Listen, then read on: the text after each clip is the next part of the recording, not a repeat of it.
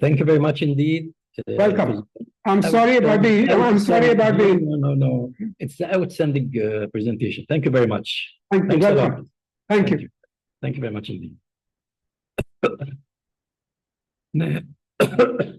Now, this is the time to hear our dear friend and Professor Professor Ahmed Khattab. Professor Ahmed Khattab is an associate professor of Pediatrics, Division of Pediatric Endocrinology in Robert Wood Johnson Medical School in USA. He is originally Egyptian. We are proud of him. And he will talk about congenital adrenal hyperplasia. I think this is one of the areas of interest. And congenital adrenal hyperplasia, clinical approach and management. The floor is yours, Dr. Khattab. Thank you so much for having me, and thank you, Dr. Samah Tawfiq, for this invitation and this introduction. So I hope everyone can see my slides. Yes. Just give me a thumbs up if you can, and I will proceed. Okay, so I will be talking about congenital adrenal hyperplasia and the clinical approach from the pediatrician's point of view, not from the pediatric endocrinologist point of view, because it may be a little different. And these are my conflicts of interest.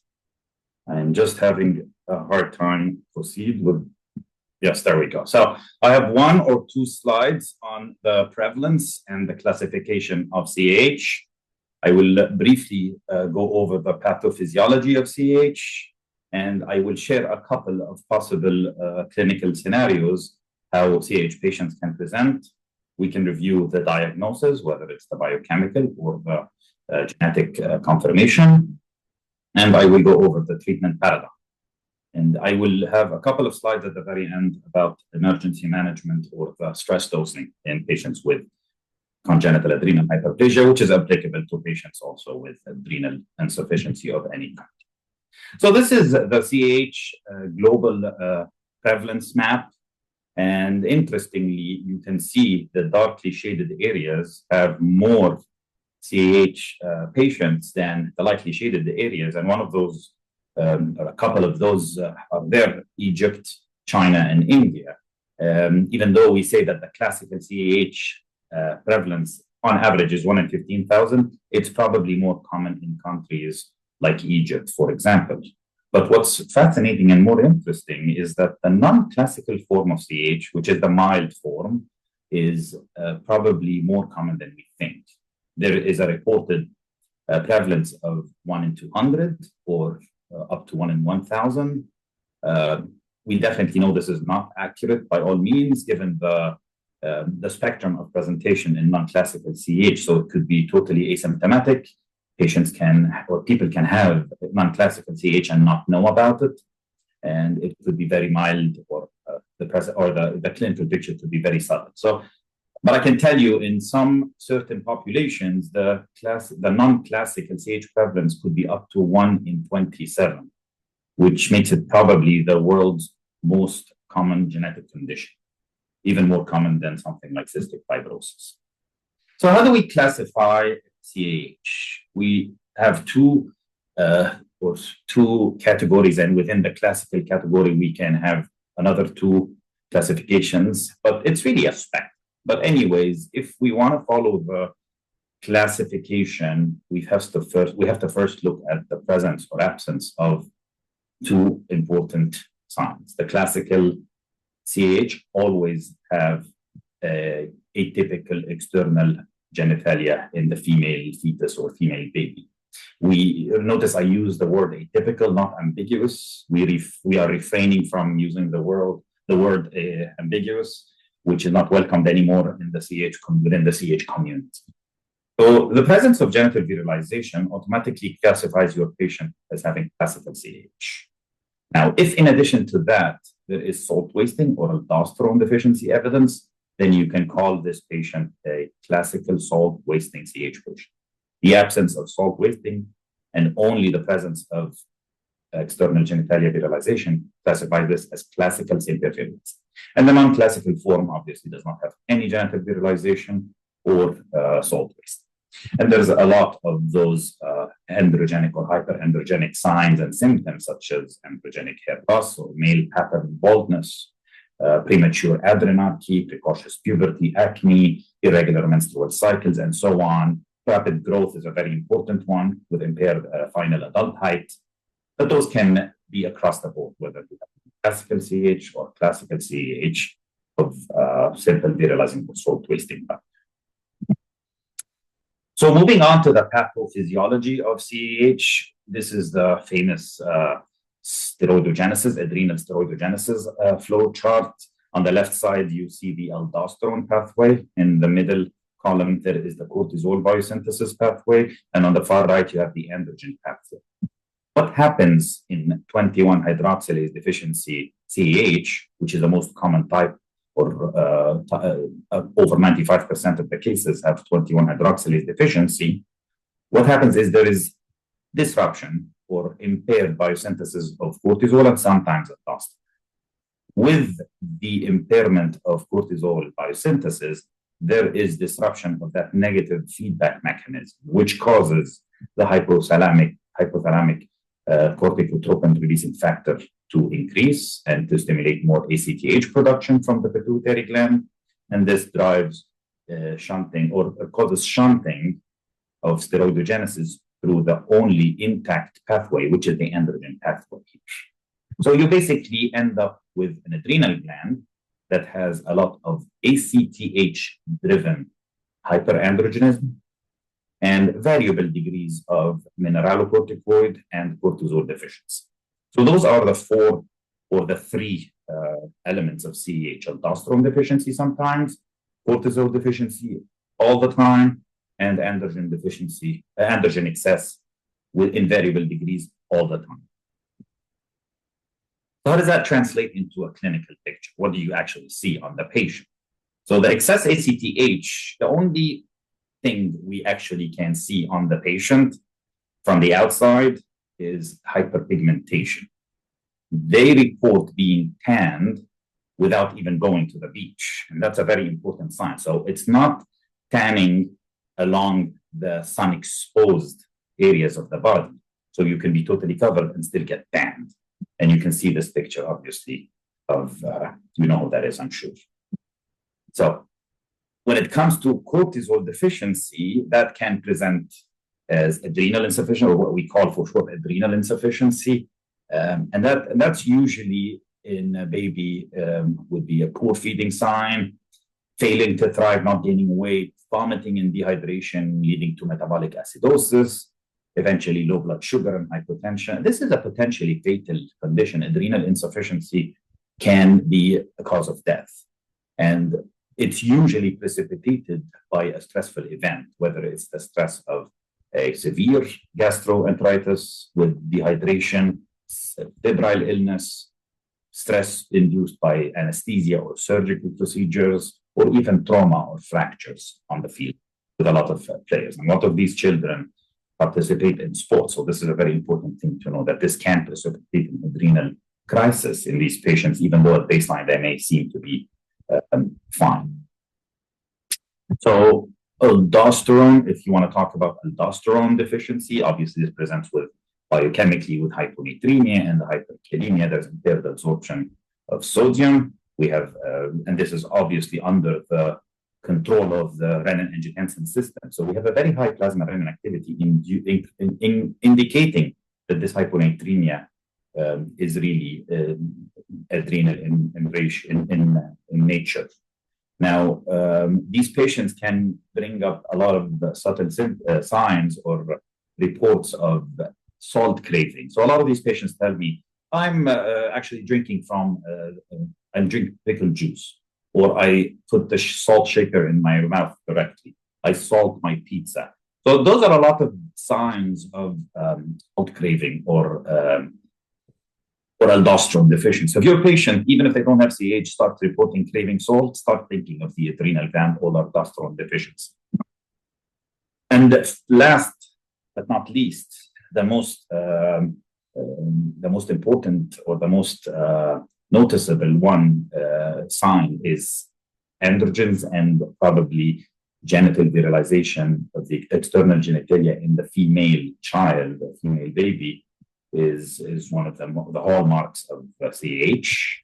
There's other androgenic signs that we spoke about, like cystic acne and male pattern baldness, hair loss, not alopecia that happens anywhere on the scalp, but really in the male pattern baldness, how a male would usually start getting bald, like myself and my friend Dr. Sameh.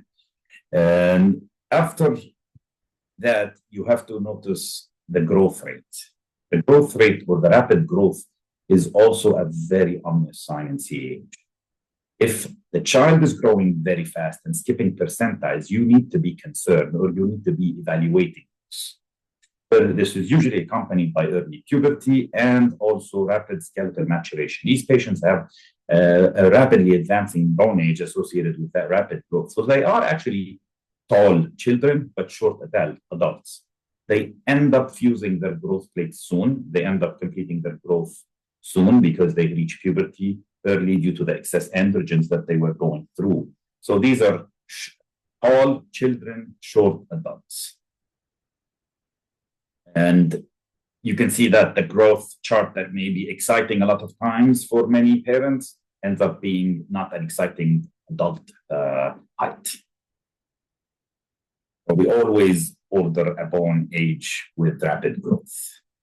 So I'm just going to go over a couple of scenarios. And again, this is from the general pediatrician perspective, because a lot of times when the CAH patient reaches the pediatric endocrinologist, the work is done, or all the hard thinking is done. It just becomes a matter of management. And it's kind of unfair. So this is the classical presentation. This is the textbook description of a patient with CAH. Baby born, atypical external genitalia, virilization of the external genitalia in this baby girl. And what confirms that is that you automatically can get an ultrasound and see the presence of internal genitalia, like a uterus, in this child. You end up getting a karyotype that shows you that the chromosomal sex is the 46X, a normal female karyotype, and your 17-hydroxyprogesterone is significantly high. And you can confirm your testing by genotyping if necessary. A lot of times, if it's available, it would help a lot, at least for genetic counseling and for confirmation of the diagnosis. But this is the classical picture that we usually see, the classical picture of a typical genitalia in this newborn, followed by all those testing. And you usually assign these children to the offender, and then you start treatment with your glucocorticoids, and you get urology involved for possible genital reconstruction surgery. This is a classical CAH patient. This is what you really. That's the first thing you read in the book. Sure. Now, all this is really outside the era of newborn screening, because I know newborn screening is not available in all countries around the world. I know there was a pilot project in Egypt, but it did not go as far as it was supposed to go. But at this point in the United States, we have a newborn screening program that checks every single newborn in all 50 states, and a lot of countries in Europe also have. But if you don't have a newborn screen in your country, you have to probably pay attention a little more. We are allowed to miss those diagnoses if we have a newborn screen, but it's going to be a whole lot of a morbidity issue if you don't have newborn screen. So baby boy born, healthy appearing in the newborn nursery, ends up going home, but coming back after 10 days, poor feeling, vomiting, and has to go to the emergency room or to go to see the pediatrician, appears dehydrated. The only sign really externally could be the hyperpigmentation, the ACTH-driven hyperpigmentation, whether it's the nipples or the scrotum. So scrotal hyperpigmentation could be a sign. Now, this is very easy to say retrospectively that, the child had scrotum when you have the diagnosis. But initially, when you're examining a lot of babies in the newborn nursery, it's very easy to dismiss. And these children, obviously, blood testing would show hyponatremia, hyperkalemia, hypoglycemia. That would trigger further testing, and they would receive emergency or resuscitation, hydrocortisone, and IV fluids. and you would proceed with testing, you'd probably find an ultrasound that shows no female internal genitalia. Karyotype would be that of a normal male karyotype 46XY, and so on. The same cascade of biochemical testing of 17-hydroxyprogesterone, plasma random activity, electrolytes, and obviously genetic testing if necessary. So that's another presentation. If you don't have a newborn screen, this could be serious. This is a case of classical salt-wasting CAH in a boy, and that's historically why those children had a higher death rate, because we have more CAH girls than boys, because the boys a lot of times crashed because they were not noted to have external genital. Scrotal hypertension, usually missed. Third scenario, and this is actually a very severe case of virilization, PATHR5 genitalia. And external genitalia, we rate from 1 to 5 based on the virilization. And PATHR5 is the most virilized form.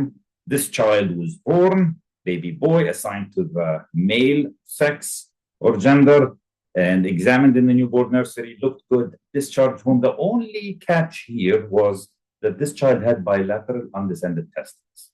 And then it was advised a referral to see a urologist. He got the appointment after 3 weeks and was discharged home. In the interim, before those 3 weeks are over, the child shows up to the emergency room in another adrenal crisis, hyperpigmented, dehydrated. The testes were obviously both undescended, and this is a very important sign. You never send the baby home who has bilateral undescended testes. This needs to get an ultrasound at least before home and make sure they don't have female genitalia. Again, salt wasting crisis in a child who has a 46XX karyotype, but the external genitalia wasn't really atypical. It looked like a typical male external genitalia because it was severely virilized.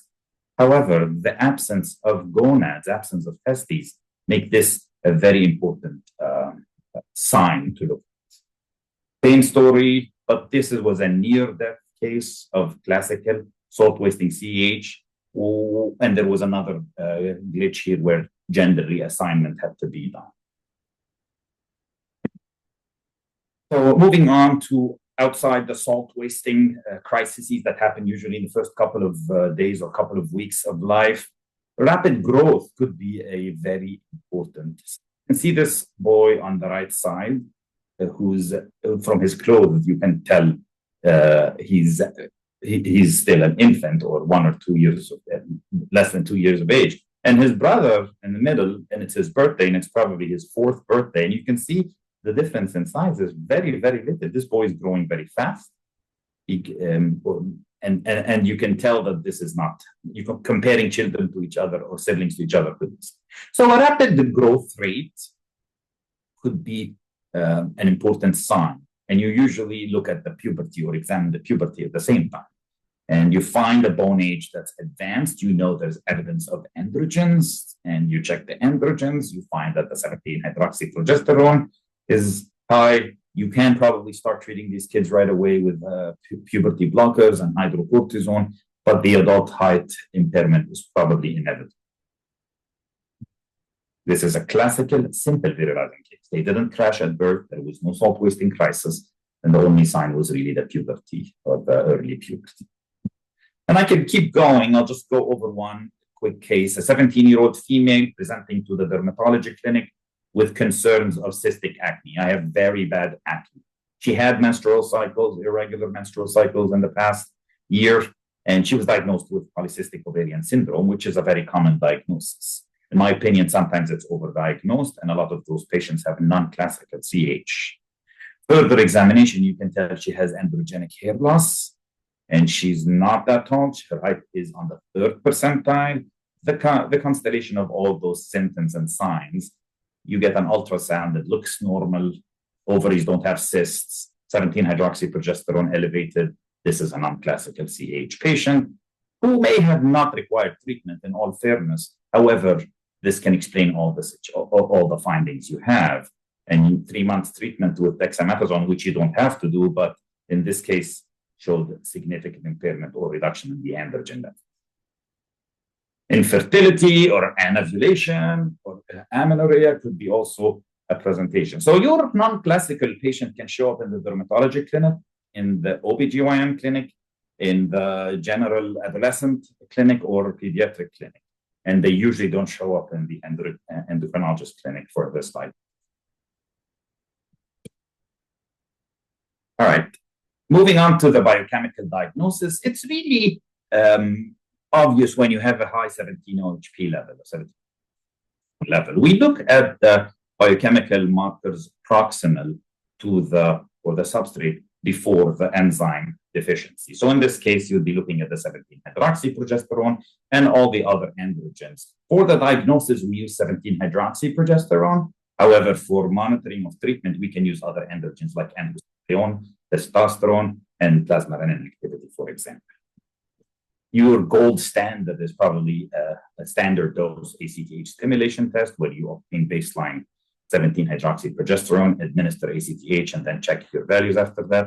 A lot of times you make the diagnosis at that, and you can confirm genetically. We have hundreds of genetics mutations that are known until this date, but the most common pseudogene-derived mutations can give us a lot of information, especially about the correlation between that phenotype and gene. We know mutations are very are causative or associated with non-classical, and others are associated with classical. So on. How do we treat these patients? We give them glucocorticoids to try to suppress the ACTH-driven hyperandrogenism. There are new therapies, something like an MC2R or ACTH receptor antagonist. Those are still in the works, but they will be probably around on the market in a year or so. We also have CRF1 receptor antagonists. That the benefit of these treatments, or even an ACTH antibody, is that you can actually have another non-steroidal agent to help you give less glucocorticoids to patients, or gene therapy, which we have been involved in remotely in some of those studies. It's on hold at this point due to administration or vector administration concerns, but it's not done. We still have some hope with gene therapy. So the treatment paradigm, obviously, you replace, if you have salt-wasting CAH, you replace your aldosterone by synthetic mineralocorticoid, which is your fludrocortisone. You supplement salt in these babies and monitor your plasma-renin activity and electrolytes for treatment. But the major challenge is usually glucocorticoids, and it's not replacement only, it's replacement and suppressive therapy. You need to suppress the ACTH-driven androgens. We like to use hydrocortisone because it's the most close to physiological synthetic glucocorticoid. That sometimes we have to use stronger glucocorticoids. We want to give enough to suppress, but not too much, so we don't have to worry about the side effects of glucocorticoids.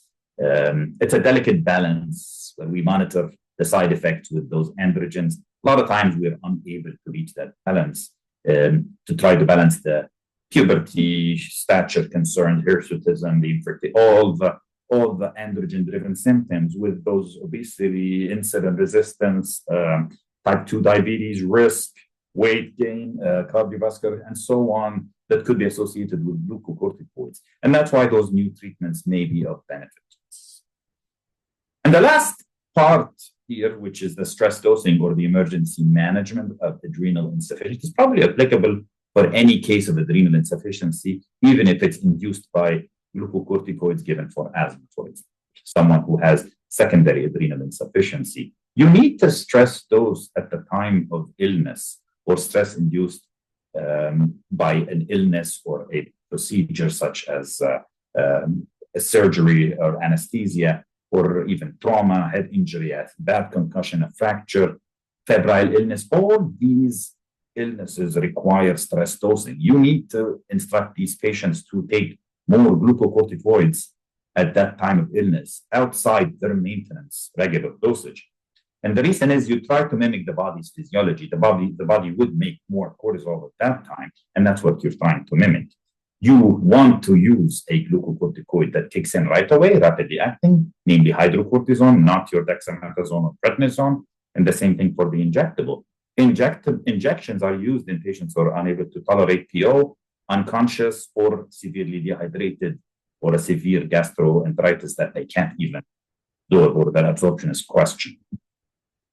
The hydrocortisone dose can be hard to test, to calculate at that time.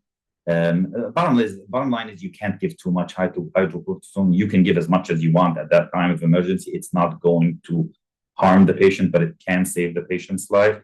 But generally, I usually suggest 25 milligrams for infants, children less than 40 milligrams, 50 milligrams, and for older or heavier soluble corticosteroid, which is about 100 milligrams per 2 ml. You advise your patients to wear a medic alert bracelet indicating their condition and their need for steroids.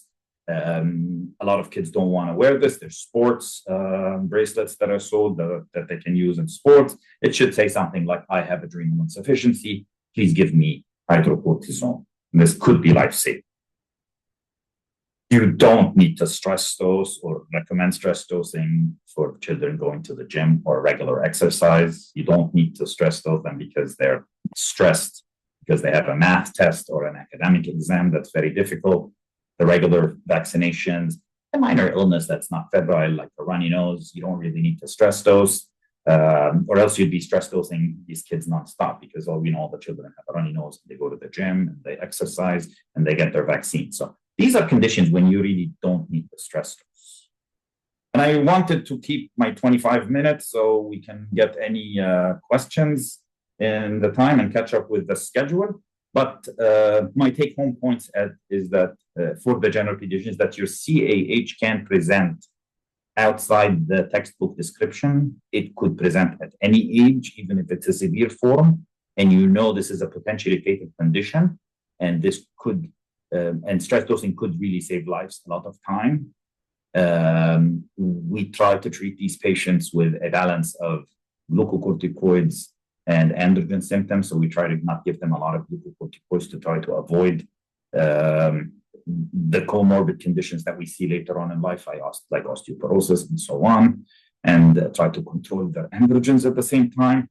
And remember, non-classical CAH is very common. It's more common than you think. And a lot of times it's diagnosed under PCOS or other conditions. And then lastly, hopefully in a year or two, we can be talking about more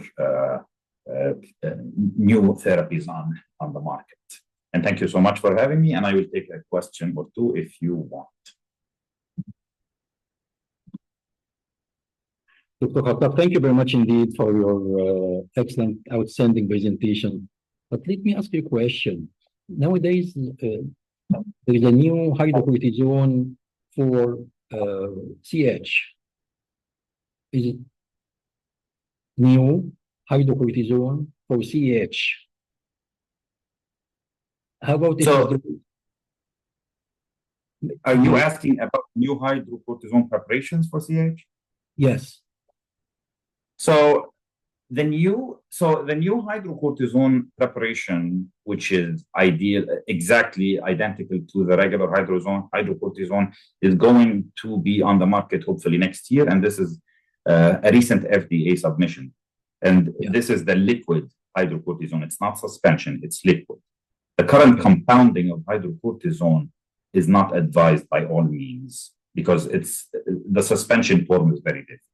Now, if you are referring to the modified release hydrocortisones, those have not been on the market in the United States yet, and namely that's Chronocort. It's been on the market in Europe or the United Kingdom. They do offer more of a physiological pattern with achievement and control, and the studies have shown that the total daily glucocorticoid requirement in patients taking these modified preparations the total daily dose has been better or less with better control. But I don't have any personal experience with them because they're not available in the United States. Do you have experience regarding giving growth hormones to CAH patients with very advanced bone age? I have one of my patients with +7 bone age. So this is a very common presentation, and we've worked a lot with patients to try to improve their final adult height. We've used aromatase inhibitors growth hormone treatment. And we've had actually clinical trials where we used puberty blockers, growth hormone, and aromatase inhibitors in addition to the hydrocortisone. The adult height improved a lot. The problem is the expense of treatment, and it's definitely not approved because these patients don't have a growth hormone deficiency. So getting this approved by an insurance company is a huge deal.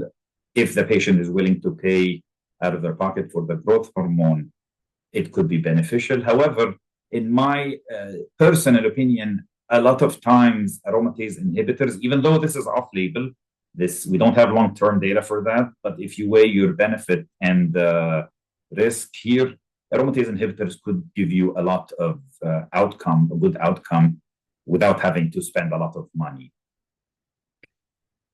Thank you very much indeed. Thank you. Dr. Ramona Azam, you have a question? If there's time.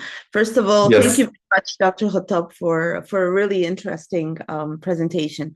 So my question is not about CAH, but it's about patients in severe septic shock who for some of them do have that adrenal infarction, and they just have that resistant shock to fluids, to inotropes. So our last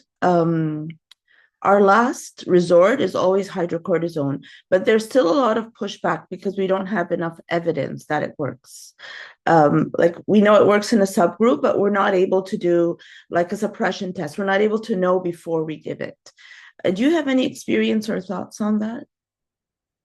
So when you talk about the physiology of glucocorticoids and their importance with catecholamines, we all know that at least the adrenal glucocorticoid production is permissive and very important for adrenal medullary formation and secretion of catecholamines. With CAH patients, it's a little different because CAH patients have a morphologically different adrenal medulla. They don't make enough glucocorticoids, and they don't have an appropriate catecholamine response to stress. The problem is when we studied these patients and tried to give them extra hydrocortisone prior to activities, not septic shock, but activities such as exercise, we saw that this cortisol did not help mount any different response of catecholamines, or at least epinephrine. Okay, norepinephrine is not made in the adrenal gland entirely, but it did not mount. Maybe a higher dose is needed. But the conclusion is that if you have a problem with glucocorticoid, you probably need intraadrenal glucocorticoid rather than systemic glucocorticoid administration. So even though it's a last resort, I understand you're probably not going to lose anything in a patient who's about to crash. The response may be doubted. Maybe in higher doses, it's a different story. But in the little experience that we have with sports or exercise, that extra dose of hydrocortisone that we recommend to patients before their exercise didn't really help. You need intraadrenal production. Now, if you have an adrenal infarction, I'm not sure you have intraadrenal production of anything, right? So it may be challenging, but it's not something to ignore. Maybe higher doses could be more beneficial. I hope this answers your question. It does. Thank you very much. Do we have any more questions, Dr. Sameh, or do you want me to? No, thank you very much indeed. Thanks a lot. Thank you very much and take care. Thank you very much. Thank you.